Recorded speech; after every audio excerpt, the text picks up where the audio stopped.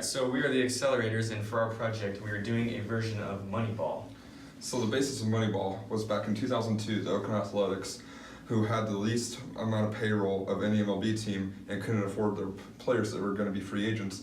They wanted to make a team as cheap as they possibly could to win as many games as they could. So that's what we're doing. We went through the MLB rosters and we found a team that we think can compete today in the modern game and win the division that we're trying of the AL West. So our cast and crew is going to be Blaine. He's the general manager. He's being interviewed for the GM position. Luke, the man behind the camera, he's the director. And then me, I'm the owner of the team. And these are the hours that we put into the project, respectively. All right, so here's our business case. And you can read this if you want, or you can just listen to what I have to say. So our team basically hasn't been to the playoffs in 18 years. And to be honest, that's the longest drought in sports right now for the 4 major sports in North America, which is baseball, basketball, football, and hockey. And so as the owner, I want to find a new GM to help make this team what it really has the potential to be. So I want to lead our team to a championship, and to do that, I need a GM that has a different way of thinking that can really push this team forward and win the playoffs for our team to make it to the championships. So as the Seattle Mariners, we came up with a plan of attack. So the plan of attack was that we wanted to win the division, which is the AL West. We figured that's the best way to get into the playoffs, and that we want to be able to go in for more than one game, which we'd get a game best of 5 series at that point. So the way we're going to do this is we're going to use an advanced statistic called WAR, which is wins above replacement. So what wins above replacement does is it's an attempt by the baseball sabermetric community to summarize a player's total contribution to their team. And that's from Fangraphs. And so what it basically, moreover what it does is it looks, so at your position players, it looks at their hitting and their fielding and tries to combine their impact on the game into saying and telling you how many more wins they are above replacement. And as a pitcher, it looks at their earned runs and their innings pitched to tell you how much of effect they had on the game as well. We also needed to create historical data to know how many wins we needed to make it to win the AL West on average. And then, so our goal overall is to make the best team possible for the least amount of money possible.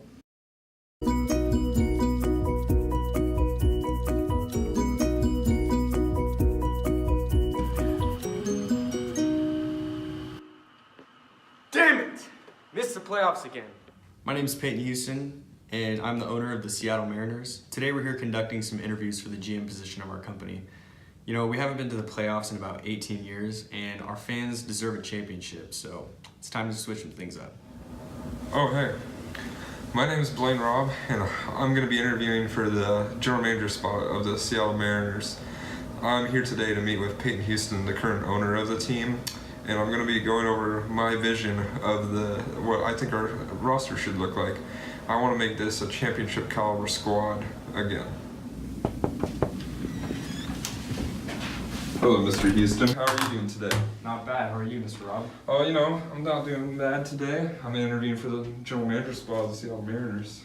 Nice. Meet you. Nice to meet you too. All right, Mr. Houston, so if you want to look to the screen, this is my idea of what we can do with the Seattle Mariners. Sure. So I went back and I looked at historical data. So because I think we need to know how many wins on average do we need to win the AL West. So by looking back at this historical data, we need on average about 97 wins to win the AL West. Okay. And I also wanted to show that WAR is a statistic that we can use to predict wins by bringing it over here. And if you look, I averaged out all 30 teams, and I did their total WAR and a team of 0 WAR, which a team of 0 WAR on average will win about 32% of their games. So over a 162 game season, that approximates to about 52 wins. And so you can see their actual win totals next to their expected win totals by WAR. All right, Mr. Houston, so if you look here, this is how I think we should select our team. After calculating what we need, we should shoot for 100 wins, I think. Yeah. 97 wins is what we need on average, but I think it's safe that we go a little bit above just in case some team comes up from behind us. Okay. And so by looking at WAR, a 0 WAR team wins about 32% of their games. So that approximates to 52 wins. So we're going to start off with a 0 war team, and we're going to work our way from there. Okay. So in order to get to 100 wins, I took 52 wins, minusing that from 100. So we need about 48 wins above replacement to get to that number. Right. So after looking at this, I think since our everyday players will play about 150 games a year, I figured they should project most of the war, which is about, I think 25 plus war is a good number. And then our starting pitcher should project about 15 plus war, I think. And our relief pitchers should be about 8 plus war. And now our bench players, I think they're barely going to play because they're only going to play on the off days for our starters.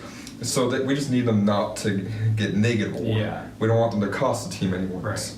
Okay. So how is this done? To be able to do this, to make the roster, I had to use Advanced Solver in Excel. So first I went and grabbed the data from ESPN and Fantagraphs because they already calculated out all the war for the players that we are going to be looking at. Then I pasted those into Excel so that I could run the solver through all the players. Also, I need to look up salaries because that's the whole thing. We're trying to make the cheapest team we can here in Seattle. We want to shock the MLB. Oh yeah.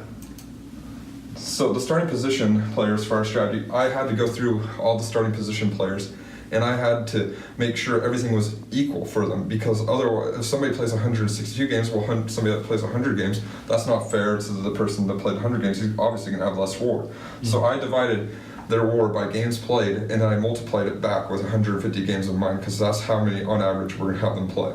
Okay. Now the starting pitchers, I went through them and I divided by games pitched for their war, and then to get their average war per game pitched, and then I multiplied by 30 starts, which was a good average number of starts for the starting pitchers. And then relief pitchers, I went through and divided their war by innings, and then multiplied by 60 innings, which is what I found on average the relief pitcher pitches in a season. I figured that way we get every position to an equal number in a neutral playing field, kind of. That way we select the right players. Makes sense. And then our bench players, we are shooting for just anything above 0 war through the 12 games they'll play overall. So anything above 0 is good for our bench players. So how I went through and selected the players was I went into Excel, I copy and pasted all the players in MLB, and I went and put their salaries, and I made their wars all equal to 150 games. So I had to go through and I had to put zeros down this row, which is what Solver will take these zeros and it will make it a 1 for the players that it wants. Solver will take it and make the least amount of money that we need for position players. Also, so I needed to put zeros down through catchers, first baseman, second baseman, all the way out to DH. So this is the equation that I used for our catchers, our first basemen, our second basemen, and our third basemen, all the way through to DH. It's the if. So what this equation looks at is it looks at the catcher, and it looks here, and if that changes to, it looks to see if this is a catcher over here, and if that changes to, it's basically what it's doing is multiplying this. If it sees that this is a C, it multiplies that to make that a 0. So if he wasn't selected like right here, it would be a 0. But since this is a 1, it multiplies here to select that as a 1, and that's how we told Solver how many position players we wanted at this position. Yeah, I don't know anything about Excel, but this looks awesome. So if you look here, this is how I told Solver what we were going to do. I told it how many players we were looking for, which is 9. I told it this is the salary. I told that's what we were going to minimize in this. And I told it the war that it had to be greater than this number. We were looking for anything bigger than this for our position players. And then I told it how many catchers we wanted, how many first basemen, second baseman, third baseman, shortstop, outfielders, and DHs. So looking at the players' salary and war, this is how I told it. I told it to sum up the N column. That tells this, so Solver would bring this number up to this. I told it that it needed to be equal here. And then I did a sum product here, which multiplied the salary times the N players and then added it in there. And then war, I did another sum product and told where the war was and where the N was, and they multiplied those together and added it up here. So looking into Solver, this is how I told it. What I was telling it to do was I was telling it to take salary, and I was telling it to make that the minimum that it possibly could be. Then I went through and I had to make constraints because I couldn't let the players be more than 9, and I couldn't let it be least than 9. So I told it that those had to be equal. I told it that the WAR here had to be greater than 25. And then I went through here and told that all these had to equal how many I wanted them to put in the roster.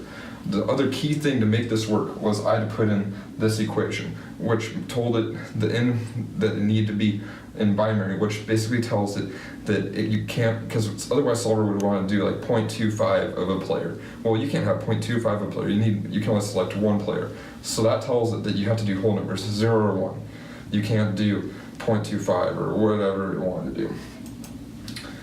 So after I did all the calculations and I told it to solve, it came through and I formatted it so that it would bring all the highest numbers over here up to the top ones. So this is our starting position players based off of the WAR that we were looking for, and this is the least amount of salary possible that we could have among those players.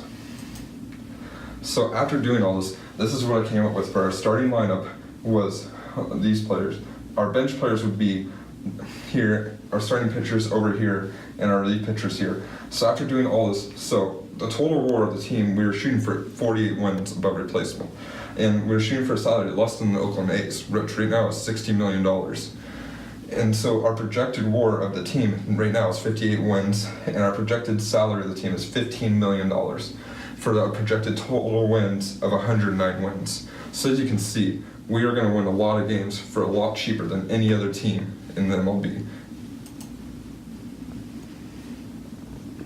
You know what? You're hired. Welcome to the team. Thank you, sir. It's an honor. Yeah.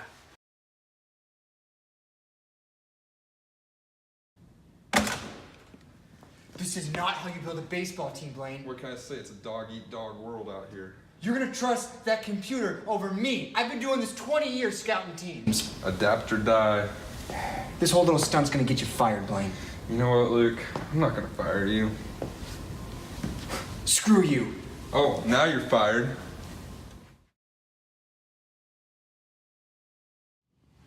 Would love a base hit into the gap, and they could win it with junior speed to stretch. And the 0-1 pitch on the way to Edgar Martinez. Swung on the line.